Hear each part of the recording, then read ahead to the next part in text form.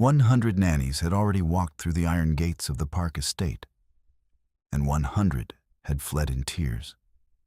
Inside the glass-walled penthouse that overlooked the city, the air was heavy with a grief that had no name, voiced only by the relentless, agonizing screams of two 3-year-old twins. Daeshim Park stood in the hallway, his face a mask of exhaustion, his hand trembling as he reached for the nursery door. Every time he opened it, he felt like he was stepping into the center of a storm he had no power to stop. Behind him, the sharp click of heels against marble announced his mother's arrival. She didn't offer a hand or a word of comfort. She offered a folder of legal documents. "Enough, Daeshim," she said, her voice like ice cutting through the noise. "Look at them. They aren't children anymore, but they are monsters of your own making. If you cannot provide a stable home, I will have them taken to Seoul tonight. They are Parks. They will not be raised in a house of madness." Daeshim didn't turn around. His eyes were fixed on the blur of the latest expert nanny who was currently scrambling past him, her hair disheveled and her eyes wide with terror. She didn't even stop to collect her things. She just ran. That was when he saw her. Standing in the soft shadows of the kitchen doorway was a woman the agency had sent as a last-minute, bottom-tier replacement. Her name was Maya. She wore a plain, oversized gray uniform that hung loosely on her frame. She was black, with deep, soulful eyes that didn't flinch when the twins let out another glass-shattering shriek. She stood there with a quietness that seemed to absorb the frantic energy of the room. "I'll take over, Mr. Park," she said. Her voice was barely a whisper, yet it had a resonant quality that made the air feel suddenly still. Daeshim looked at her, his eyes bloodshot and cynical. "Don't bother," he rasped. "They've broken world-class psychologists. You won't last 10 minutes." Maya didn't ask for permission. She simply walked past him. She didn't try to pick the children up or bribe them with toys. She didn't speak to them. She sat on the cold floor in the center of the nursery, leaned her back against the wall, and closed her eyes. Then, she began to hum. It was a soft, unassuming melody. Something she wasn't even aware she was humming. The way a person hums while washing dishes or folding laundry, absent-minded and directionless. Maya herself couldn't have told you where it came from. It was simply there, rising out of her the way breath does, without intention or thought. Daeshim went completely still. He knew that melody.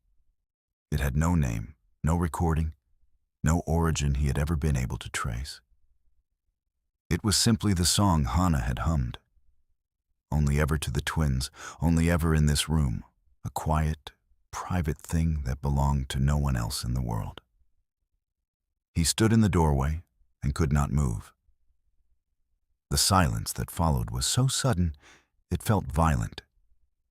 The twins stopped mid-scream, their chests heaving, their tear-streaked faces turning toward the sound. Daeshim's heart stopped. He felt the blood drain from his face as he grabbed the doorframe to stay upright. He watched, paralyzed, as Leo and Mina crawled toward her. They didn't cry. They didn't fight. They tucked their small heads into Maya's lap, their breathing slowing until they fell into a deep, peaceful sleep. For the next week, a quiet war began in the penthouse. Daeshim became a shadow in his own home, obsessed with the woman in the gray uniform. He spent his nights in the security room, staring at the monitors, watching Maya move through the house. He watched her fold the laundry, her movements rhythmic and precise. He watched her eat her meals in silence by the window, staring out at the rain with a look of profound longing. He treated her with a cold, cutting suspicion. "Who sent you?" he would demand, cornering her in the hallway. "Who told you about that song? What are you looking for in this house?" Maya only looked at him with a calm dignity that infuriated him. "I'm looking for nothing but a way to help them sleep, mister. A park," she would say. She never bowed to his wealth. She never flinched at his rage. She was like a mirror, reflecting his own brokenness back at him. But as the days turned into weeks, the suspicion began to melt into something more dangerous. Daeshim began to notice the things that were uniquely hers. He noticed the way she hummed jazz when she thought he wasn't listening. He noticed the sharp, dry wit she used to dismantle his mother's arrogance during dinner. He noticed that she was the only person in the world who wasn't afraid to look him in the eye and tell him he was wrong. One afternoon, a small bird flew into the glass balcony doors and fell, stunned, to the ground. Maya had spent an hour sitting on the cold tiles, cradling the tiny thing in her hands, whispering to it until it found the strength to fly away. Daeshim had watched from the doorway, a joke about her limitless patience forming on his lips. When he finally said it, she looked up and laughed, a bright, genuine sound that filled the room. And for the first time in 3 years, Daeshim laughed with her. The sound felt like a betrayal. He looked at Hannah's portrait on the wall, her frozen smile a reminder of everything he had lost. A crushing wave of guilt washed over him. He felt like a traitor to his own grief. To protect the memory of the woman he had buried, he turned on the woman who was trying to help him live. He became cruel. He began to ignore Maya for days at a time. He gave her impossible tasks, making her clean the same rooms over and over, snapping at her for imaginary mistakes. He tried to kill the spark of attraction by treating her like a ghost. He wanted her to be a robot, a tool, anything but the woman who made him forget, even for a second, that he was supposed to be mourning. The coldness Daeshim projected toward Maya was a shield, but it was one made of glass, and it was beginning to shatter. For weeks, he had maintained a rigid distance, assigning her the most menial tasks in the penthouse, hoping to reduce her to a mere fixture in the background. But Maya was not a woman who could be diminished. She moved through the corridors with a quiet, undeniable grace, her presence acting as a stabilizer for the children who had spent years in a state of emotional wreckage. It happened on a Wednesday, which felt like the wrong day for the world to change. Maya had been in the penthouse for 3 weeks. The twins were asleep. Daeshim was in his study, not working, just sitting in the dark the way he often did after midnight, surrounded by the architecture of a life he no longer knew how to inhabit. He heard her knock. It was a quiet knock, not timid, but deliberate, the knock of someone who had rehearsed it. "Come in," he said. Maya stepped inside. She was still in her gray uniform. She wasn't carrying anything except a single folded piece of paper, which she held the way people hold things they've been meaning to put down for a very long time. She didn't sit down. She stood in the center of the room and looked at him with the expression he had come to recognize as her version of courage. Chin level, eyes direct, jaw set just slightly too tight. "I need to tell you something," she said. "And I need you to let me finish before you say anything. It's because if you interrupt me, I think I'll lose my nerve, and I've been working up to this for 3 weeks." Daeshim said nothing. He leaned back in his chair and waited. "I received a heart transplant 14 months ago," Maya said. "On June 14th. The surgery began at 10 p.m. The donor heart was harvested at 11:45 p.m. The room went very still. Maya unfolded the paper and placed it on the edge of his desk. A single page, a surgical summary. The date printed clearly at the top. She didn't push it toward him. She just left it there, within reach. After I recovered, things started happening that I couldn't explain. I started dreaming in fragments of a language I didn't speak. I started hearing a melody I'd never learned. I'd wake up with my hands moving like I was tucking something in, like I was covering a small body with a blanket. I saw a therapist. She told me about cellular memory. She said it was rare, but documented. She said the heart carries things sometimes. She paused. I didn't know whose heart it was. Donors are anonymous. But I started researching the date. I found the accident report in a public record. I found the obituary. She stopped, swallowed. I found her photograph. The silence in the room was enormous. I wasn't trying to infiltrate your life, Maya said, her voice dropping. I stood outside your building once, just once. I needed to see, I don't know what I needed to see. That you were real, that she had been real, that I wasn't losing my mind. She looked at her own hands. When the agency sent the listing, I thought it was a coincidence. Then I walked in and saw her portrait in the hallway, and I knew it wasn't. She finally looked up at him. I should have told you on the first day. I know that.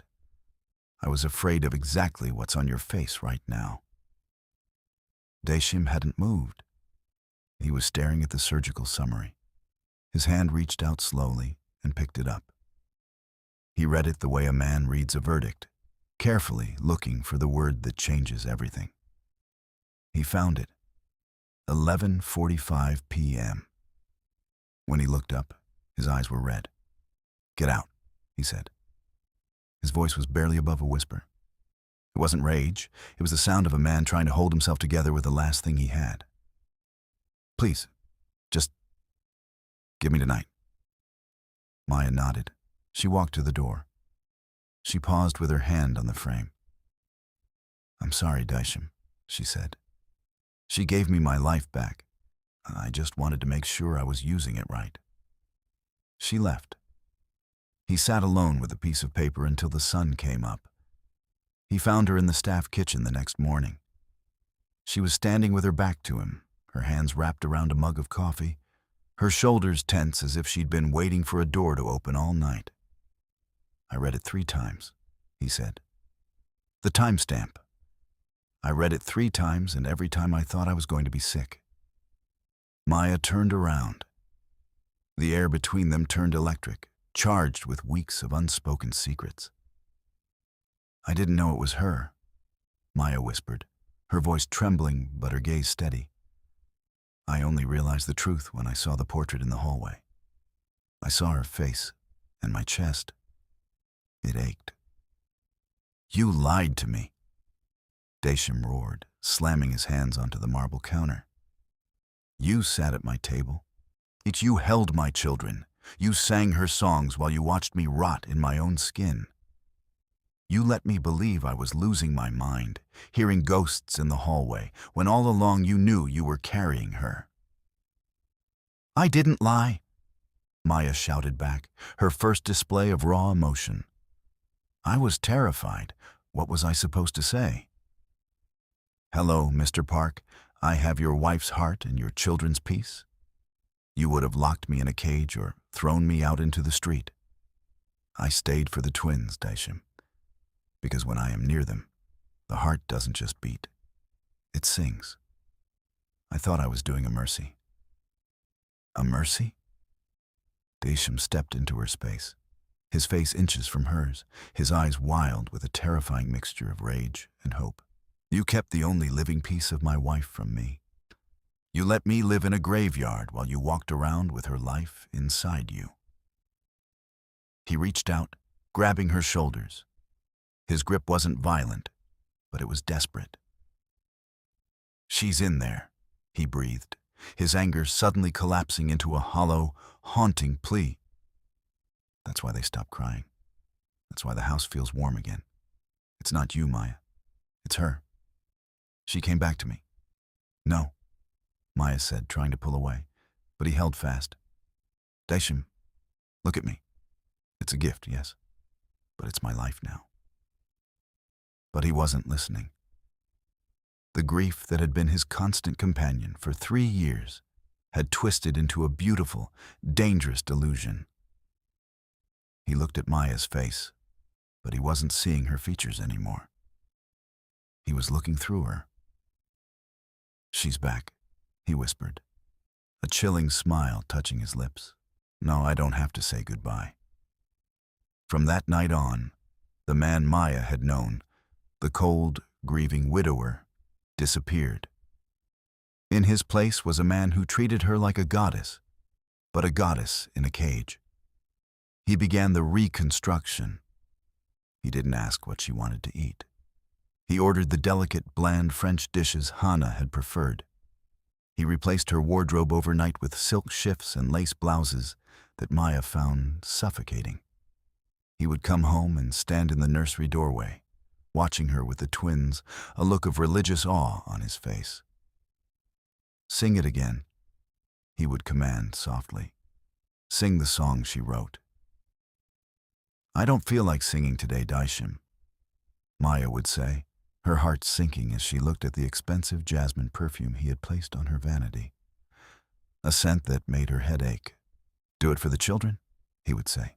No, but his eyes said, "Do it for me." Maya felt herself disappearing. She was becoming a shadow in her own body. Every time he touched her hair or complimented the way she looked in a dress she hated, she felt a piece of her own spirit chip away. He wasn't falling for her wit, her strength, or her resilience. He was falling for a ghost, and he was using her body as the medium. The tension reached a breaking point during a quiet dinner. Daeshim had spent the entire evening talking about a trip they used to take to Jeju Island, speaking to Maya as if she had been there. "I've never been to Jeju, Daeshim," Maya said, dropping her fork. The clatter rang out like a gunshot. "You'll love it when we go back," he said, his eyes glassy. "The cherry blossoms will be just as you remember them." "I don't remember them." Maya stood up, her chair screeching against the floor. "I am Maya. I am from Brooklyn.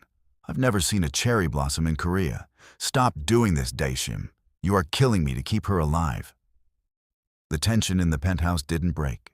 It curdled. After Maya's outburst at the dinner table, the house fell into a terrifying, polite silence. Daeshim didn't apologize. Instead, he became even more meticulous.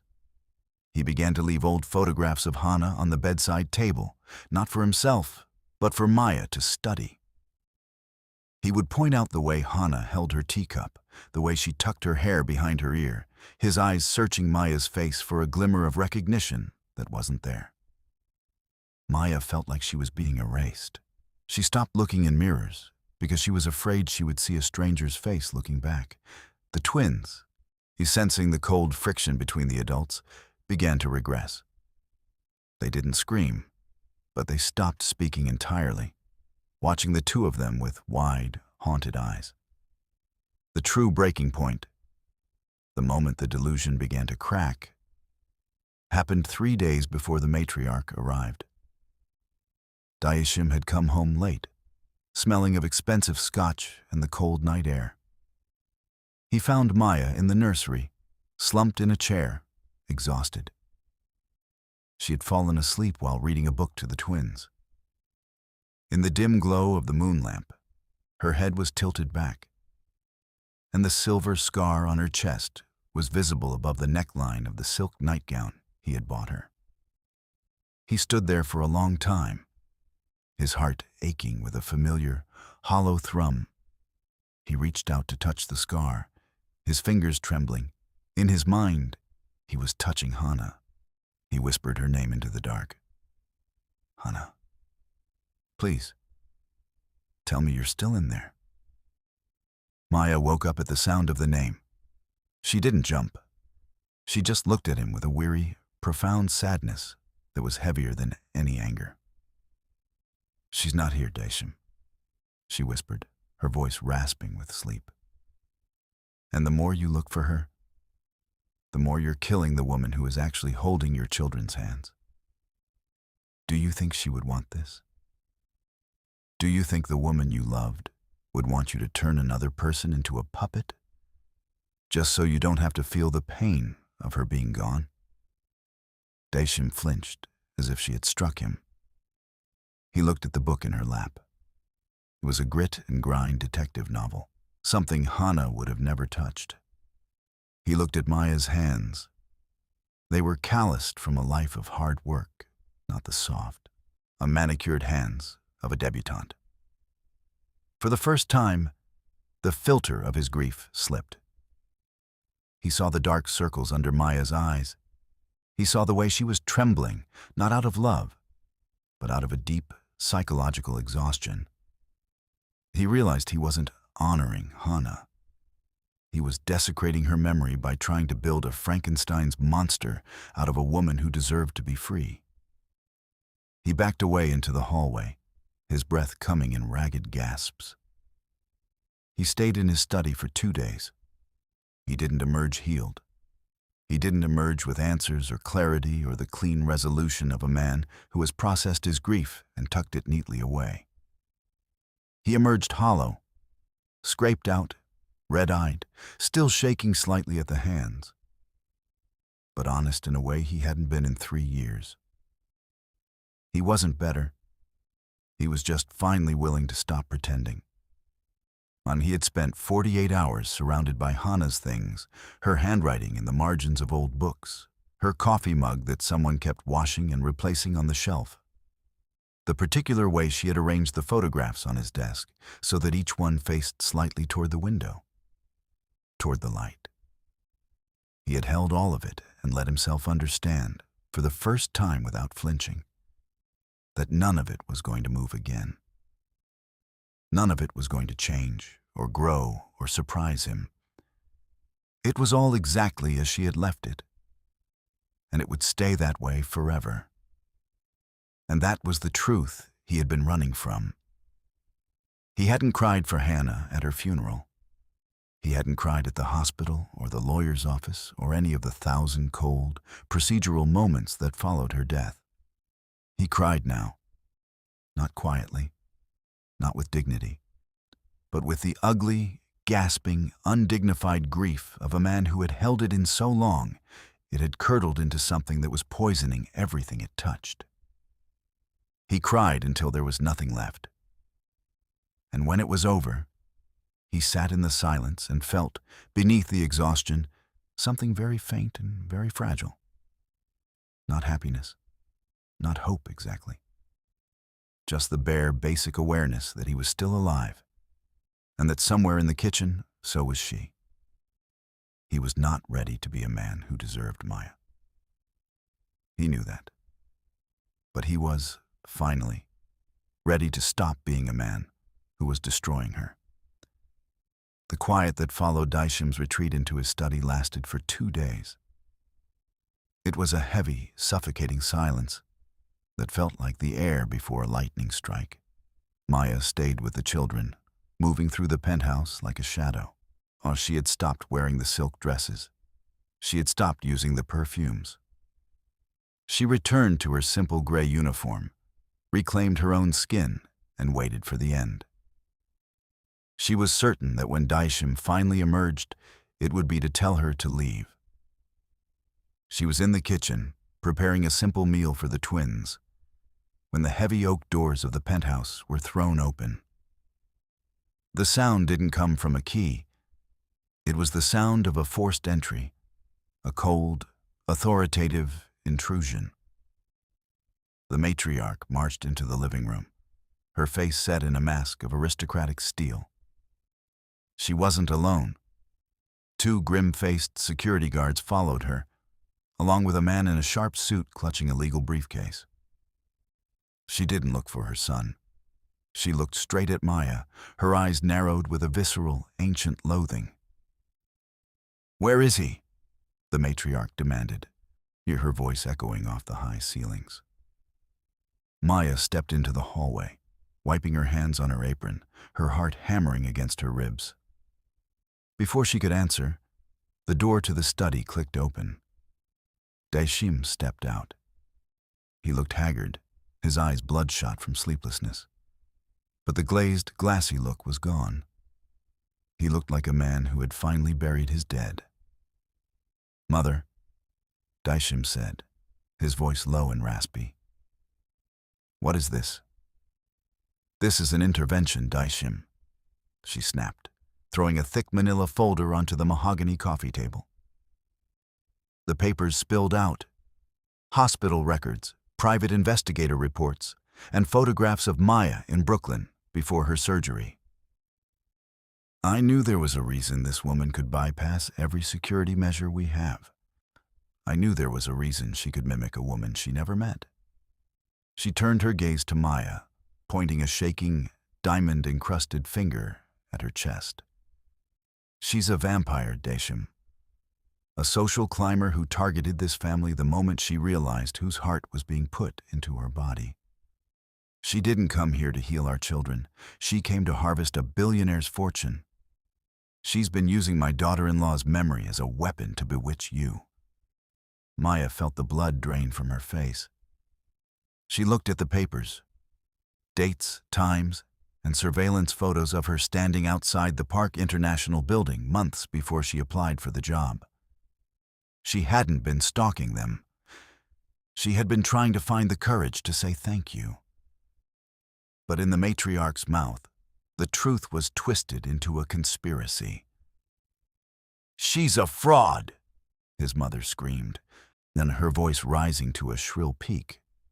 "She's been wearing Hana like a costume, singing songs she stole from medical files, and you were too blinded by grief to see the parasite in your own nursery.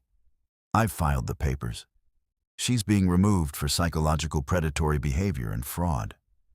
Guards, take her bags." The guards moved toward the staff quarters, but they stopped when a sound cut through the room. It wasn't a roar. It was a cold, sharp laugh from Daeshim. He walked toward the table, picking up the photo of Maya standing in the rain outside his building. He looked at it, then at his mother, and then at Maya, who was standing her ground, her chin held high even as her eyes burned with tears. "You think she's a fraud because she tracked us down?" Daeshim asked, his voice vibrating with a new, dangerous clarity. "I spent the last month trying to turn her into a ghost. I bought her Hana's clothes. I forced her into Hana's scent. I treated her like a vessel for a woman who is never coming back. If there is a fraud in this room, Mother, it's me." "Daeshim, listen to yourself." "No, you listen," he snapped, stepping between Maya and the guards. The air in the room seemed to crackle. "You call her a vampire because she has a heart that should have been buried? That heart is the only thing in this house that isn't cold. She didn't mimic Hana. Hana was soft and compliant. Maya is fierce. Hana followed your rules. Maya broke every one of them to save my children. I've spent weeks looking for a ghost, but all I found was a woman who was brave enough to tell me I was a coward." He turned to the guards, his eyes flashing. "If you touch her, you'll be looking for new jobs before you reach the elevator. And you, Mother." He walked up to the matriarch, looming over her until she actually took a step back. "You didn't come here to save me.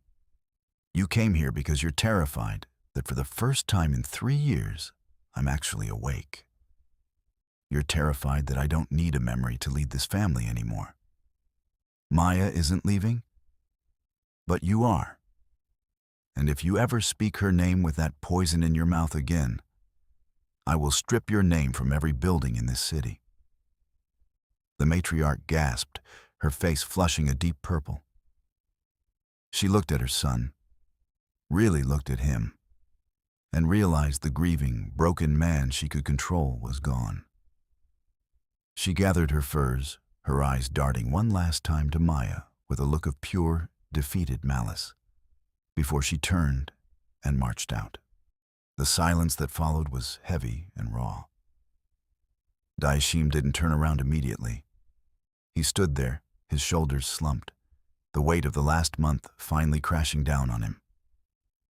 Maya stood by the kitchen door, her hands trembling. She didn't feel like she had won. She felt exposed. "You didn't have to do that," she whispered. "She's right about one thing. I did follow you. I did look for you before I applied. I wanted to see if the people who lost her were okay." Daeshim turned around. He didn't look for her pulse. He didn't look at her chest. He looked straight into her eyes. "I know," he said softly. He walked toward her, stopping a respectful distance away. He reached out and slowly unpinned the jasmine blossom he had tucked into her hair earlier that week, the last remnant of his delusion, and set it on the table. "I'm sorry, Maya. I tried to make you a shadow. But a shadow couldn't have stood up to her like that. Only you could." He stayed there, waiting, not forcing a touch or a song. "I don't want the ghost anymore," he whispered. "I just want to know if Maya can ever forgive the man who almost let her go." Maya didn't answer right away. She looked at the jasmine blossom resting on the mahogany table, a pale, wilting reminder of the ghost he had tried to force her to be. She looked at his hands, which were no longer reaching for her heart, but hanging at his sides, open and uncertain. The power dynamic in the room had shifted. He was no longer the untouchable billionaire or the grieving widower.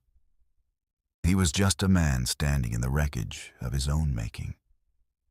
"I didn't stay because of the money, Daeshim," she said, her voice finally finding its steady Brooklyn rhythm. "And I didn't stay because I felt like I owed your wife a debt. I stayed because those children looked at me like I was the only thing keeping the world from swallowing them whole. But I can't be a bridge to a dead woman. If I stay, it's as me. I'm loud, I'm stubborn, and I don't know a single thing about the Park family traditions." Daeshim let out a breath that sounded like a ragged sob, a ghost of a smile touching his tired face. "Good," he whispered. "I think this family has had enough traditions to last a lifetime." He didn't move toward her. He waited, giving her the space he had denied her for weeks. It was Maya who took the first step. She walked over to the large windows that looked out over the sprawling, rain-slicked city. The storm had finally broken, leaving behind a sky of deep indigo and the flickering lights of 1,000 lives moving below them. "The twins are sleeping," she said, her back to him. "For the first time since I got here, they didn't need the song to drift off. They just needed to know I was in the room." Daeshim joined her at the window, standing close enough to feel her warmth, but far enough to respect her boundary. He looked out at the horizon, not seeing the empire he had built, but the quiet domestic future he had almost thrown away. "They didn't need the song," he repeated softly, the realization finally anchoring him. "They needed you." He slowly reached out, his fingers brushing hers. It wasn't the desperate, frantic touch of a man trying to catch a spirit. It was a simple, grounding connection between two living people. Maya didn't pull away. She let her fingers lace through his, her pulse steady and strong. Her own. The next morning, the penthouse felt different. The heavy floral scents had been aired out, replaced by the smell of strong coffee and the chaotic, joyful noise of two toddlers who had finally stopped looking for a ghost in every corner. Maya sat at the breakfast table, wearing a simple denim shirt and leggings, her hair natural and free of the suffocating pins Daeshim had preferred. She was teaching Leo and Mina how to make pancakes, their small hands covered in flour, their laughter ringing through the halls that had once been a tomb. Daeshim stood in the doorway, watching them. He held a small velvet box in his hand. He didn't open it. He walked to the hallway where Hannah's portrait hung, the beautiful, smiling woman who had started this all. When he looked at her one last time, whispered a quiet, "Thank you." And then he did something he hadn't been able to do for 3 years. He took the portrait down. He didn't hide it or destroy it. He carried it to the library, placing it in a quiet, respectful corner where the children could always find her, but where she no longer stood guard over their lives. When he came back to the kitchen, he stood in the doorway for a moment. Nobody noticed him at first. Leo had flour on his nose. Mina was trying to crack an egg and making a disaster of it. Maya was laughing, a real laugh, low and warm, the kind that came from somewhere deep and unguarded. He watched them and didn't say anything. After a moment, Maya looked up. She saw him standing there. Just a man in a doorway, hands empty, no folder, no grand gesture, just present. She held his gaze for a second, reading his face the way she had learned to over weeks of living inside his silences. Then she turned back to the children. "Wash your hands before you touch anything else," she told them. And then, without looking up, "There's coffee. Sit down, Daeshim." He sat down. Leo immediately climbed into his lap, transferring a significant quantity of flour onto his shirt. Mina pushed a misshapen lump of batter toward him with great ceremony, as if presenting a gift. Daeshim looked at it. He looked at his children. He looked at Maya, who was watching him from the corner of her eye, with an expression that was not quite a smile yet, but was the thing that comes just before one. "Am I allowed to ask what this is?" he said, gesturing at the batter. "Pancake," Mina said with absolute confidence. "No, it's a very brave pancake," he said.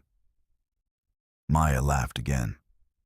And this time he let himself laugh too, not the careful, controlled sound of a man performing normalcy, but a real one, surprised out of him, the kind that leaves you slightly breathless. Outside, the city moved and hummed and carried on. Inside, the kitchen smelled like burnt edges and strong coffee, and 2 small people covered in flour were doing their level best to make breakfast. And the silence that had lived in the penthouse for 3 years was simply, quietly, gone.